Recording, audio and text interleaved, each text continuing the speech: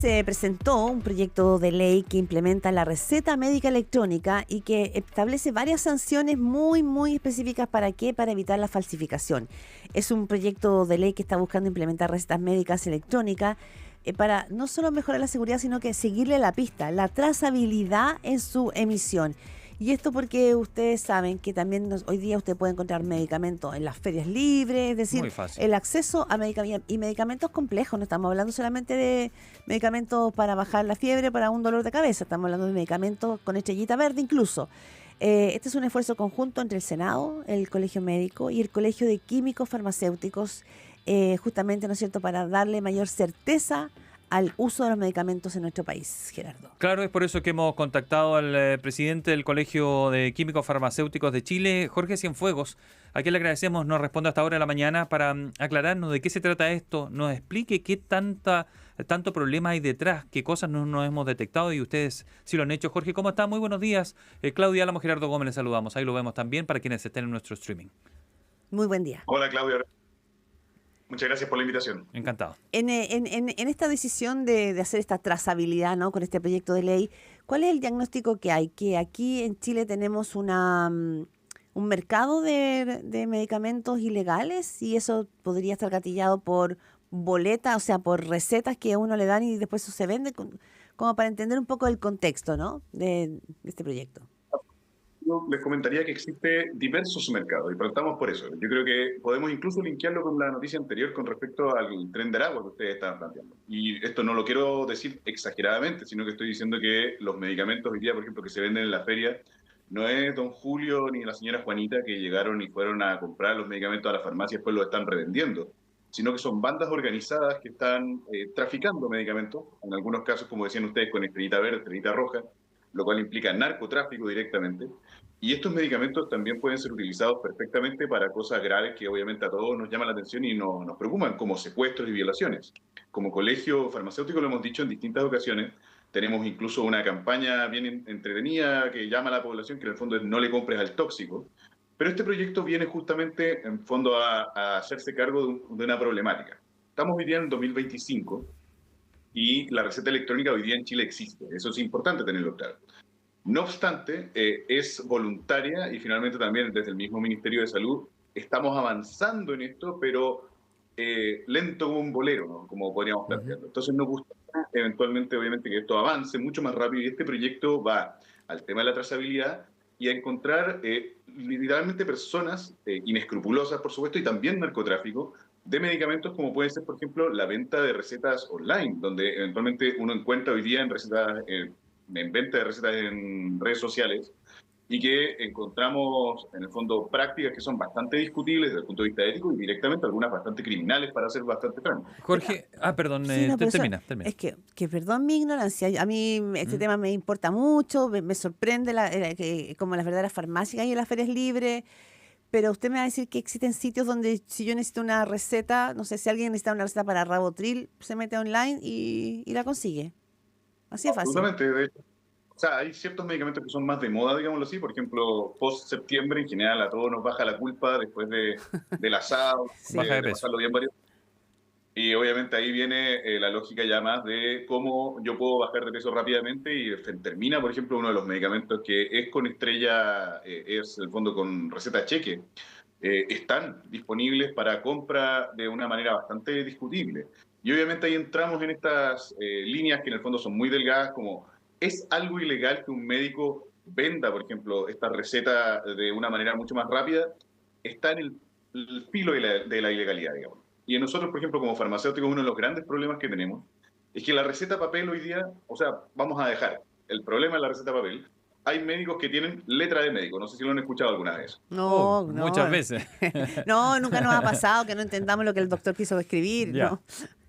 Gran problema porque a nosotros como farmacéuticos nos pasa similar. Entonces nos llegan recetas que parecen electrocardiogramas más que recetas y nosotros no las entendemos y el gran problema de eso es que esto no es por un tema de choreza de escribir mal o escribir en el fondo como médico, sino que tiene que ver que podemos cometer un error grave y en el fondo terminar matando a una persona.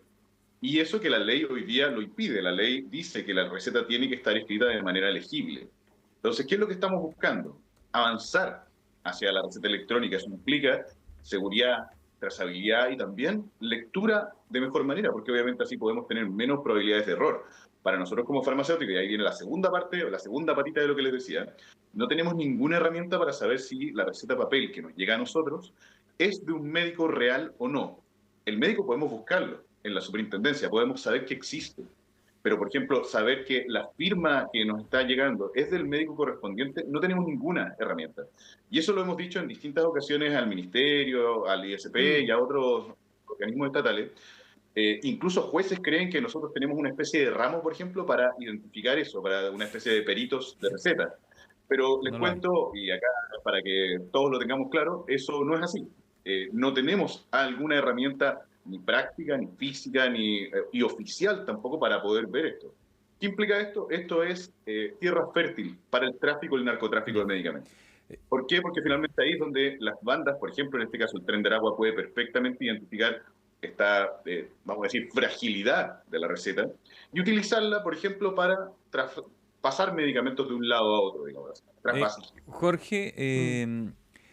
¿qué medicamentos y de qué dimensiones estamos hablando? Porque uno puede pensar, va alguien con una receta trucha, se consigue 5 cajas aquí, 5 cajas allá, y no sé, llega a 25 cajas, pero ¿de qué dimensiones reales estamos hablando? Si tienen ustedes alguna forma de hacerle una trazabilidad a eso, ¿y qué medicamentos son los que esas redes narco, que ustedes ya lo definen, son en grandes dimensiones, son las que ellos están interesados? Perfecto. Yo me atrevería a utilizar los datos que hoy día hay disponibles, porque el gran Mm, problema es de que muchos de los datos no están disponibles. claro. El ISP, las veces que nos ha planteado sobre la venta ilegal de medicamentos, nos hace un listado de los medicamentos más requisados, digamos así.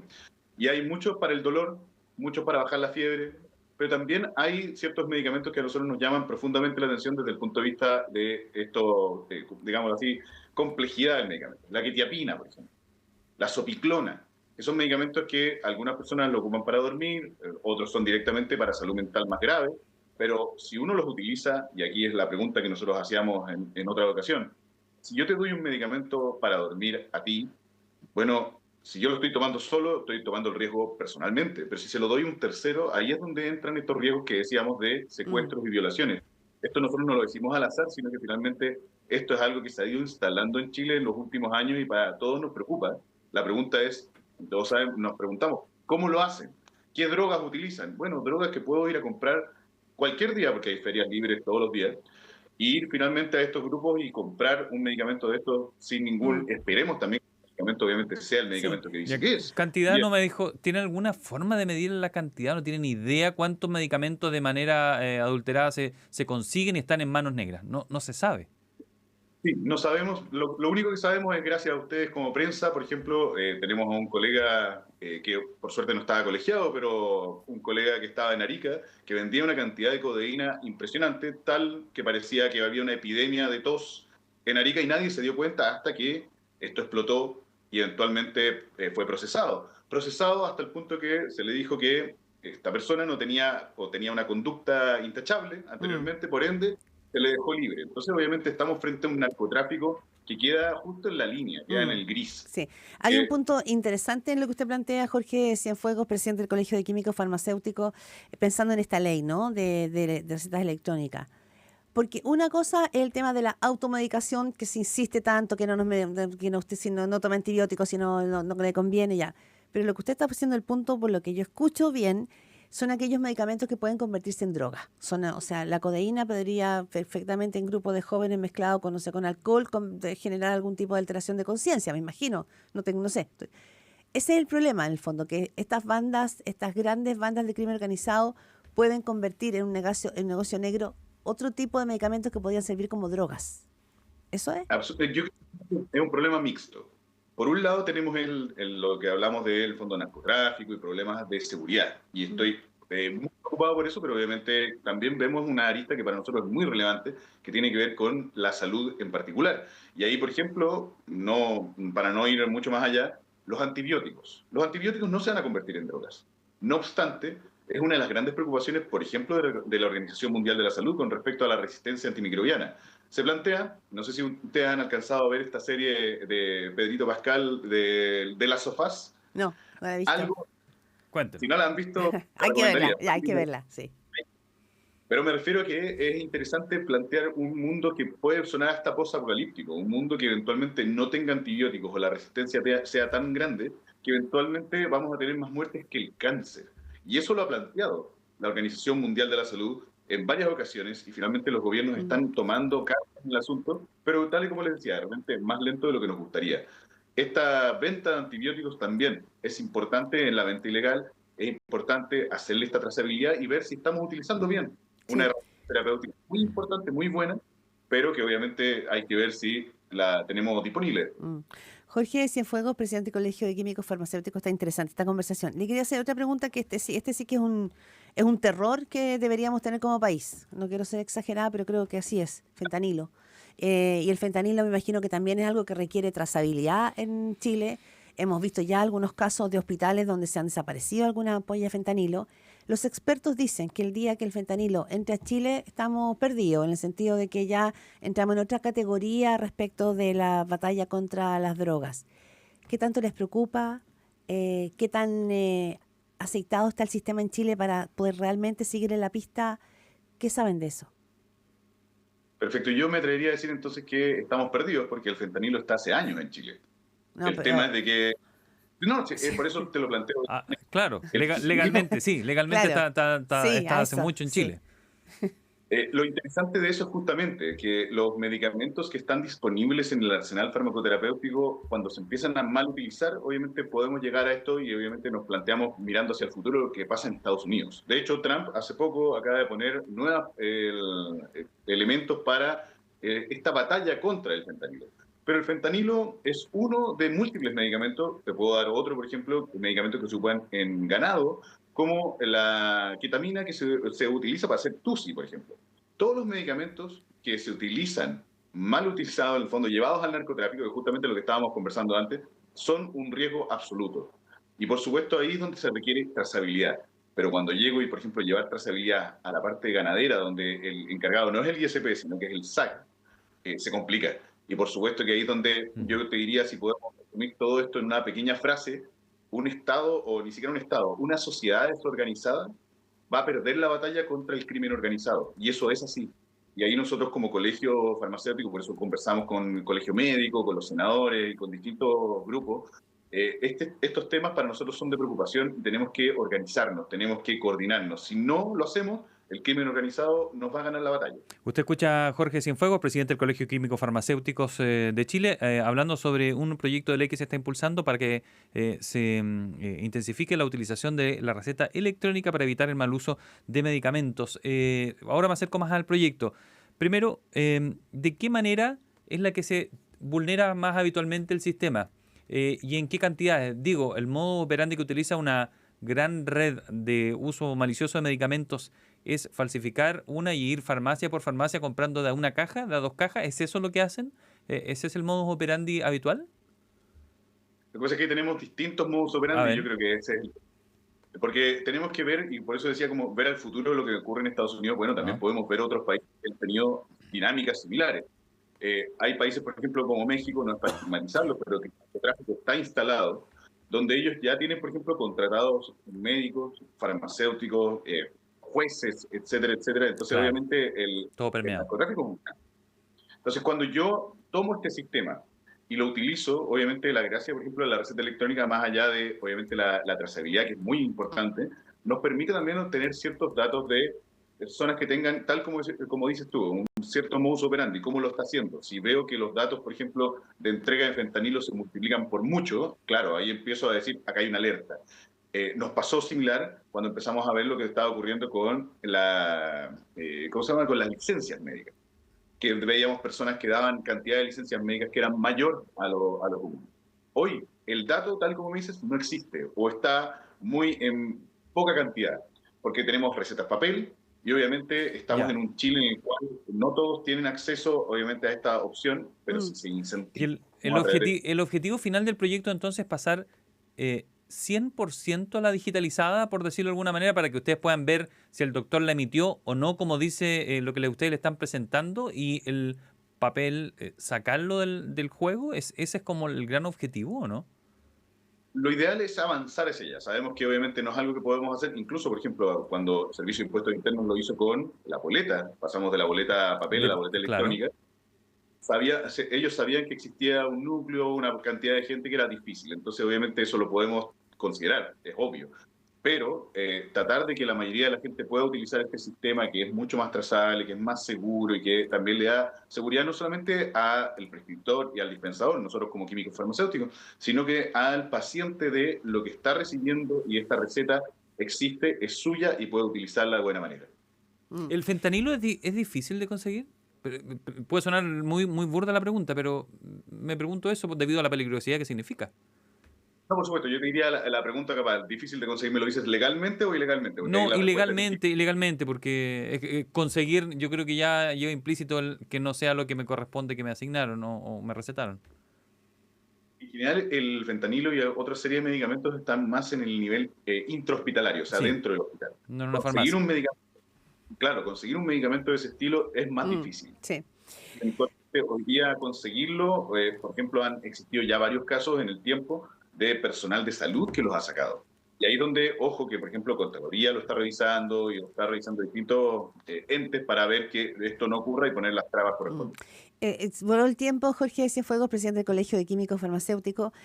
En este proyecto de ley de boleta de receta electrónica, me pregunto lo siguiente. Ya sabemos que nosotros tenemos una particular destreza en Chile para echar la ley y echar la trampa. Entonces, Mm. también se puede abrir aquí, ¿no es cierto?, un mercado negro de las boletas, de las recetas electrónicas. Eso también podría llegar a suceder. ¿Qué tanta trazabilidad? Porque me imagino que el cúmulo de recetas electrónicas, no todas van a pasar por el mismo sedazo. No todas van a pasar por una persona que diga, oye, de nuevo este doctor está dando antibiótico a la misma persona. No sé cómo realmente se le sigue la pista. Sí, yo te diría que ahí sí vamos a tener eso, y un poco esa es la gracia de la receta electrónica, que este sistema en el fondo va a tener también una centralización y va a pasar por el Ministerio de Salud con estos datos. Ya. No necesariamente, obviamente, el fino por fino o receta por receta, eso no, pero el dato final nos va a dar, por ejemplo, personas que estén utilizando medicamentos más allá de lo normal, médicos o otros prescriptores que están dando medicamentos que estén fuera de lo normal y así suma y sigue. Esto lo estoy llevando no solamente, obviamente, lo que le decía, el narcotráfico, sino también en salud. Si tenemos una población, una región, una comuna que está utilizando, por ejemplo, antibióticos de manera rara, digámoslo así, va a ser una llamada de atención para poder tomar acciones de salud pública. Creemos que eso es relevante porque obviamente nos permite ver de manera preventiva algunos temas que hoy día no tenemos, o sea, no tenemos ni siquiera en el radar, estamos así. Ahora, si fuera verdad lo que supimos en pandemia, que en un minuto se acabó el consumo de Rabotril, vamos a tener un problema porque eso probablemente pasa a nivel de todo el país. Por supuesto, y ahí es donde, por ejemplo, ese dato nos sirve para que el ISP diga, estas son las alternativas bioequivalentes, por ejemplo, o nosotros como químicos farmacéuticos podamos orientar mejor a los pacientes y así suma y sigue. La gracia del sistema con información es que puede tomar Claro. mejores decisiones. ¿Ya? ¿Quiénes tienen la información? Bueno, los médicos, por supuesto, y los prescriptores, nosotros como químicos farmacéuticos, pero es importante también que la tenga la autoridad y sepa qué está ocurriendo a nivel macro para que no ocurran casos como el que les contaba de Arica, de Sí. esta epidemia de todo. Bien, ok. Y por último, y agradecido su disposición, ¿qué pasa con ustedes con quienes pertenecen al Colegio Químico Farmacéutico? Porque también supongo que pueden ser permeados a ayudar a estas redes. ¿De qué manera ustedes evitan eso? ¿De qué manera monitorean eso? Porque supongo que no todos salen los medicamentos que vemos en una feria o tienen estas redes, salen por un mesón de una farmacia. Por supuesto, me atrevería a decir que nosotros como colegio tenemos, o colegios en general profesionales, ¿Mm? tenemos pocas herramientas desde que se nos quitó la tuición ética. Antiguamente los colegios profesionales podíamos quitar incluso el título profesional. Hoy día eso lo pueden hacer solamente los tribunales. Entonces, nosotros como colegio lo que tenemos que potenciar justamente es los temas éticos, actitudes éticas, pero en ese lado, Ujú. si el narcotráfico quiere entrar, ya lo puede hacer y tiene las puertas anchas. Lo importante es que tratar de cerrarlas y dentro de eso dar todas las herramientas disponibles para que los colegas puedan hacerlo de la mejor manera. Jorge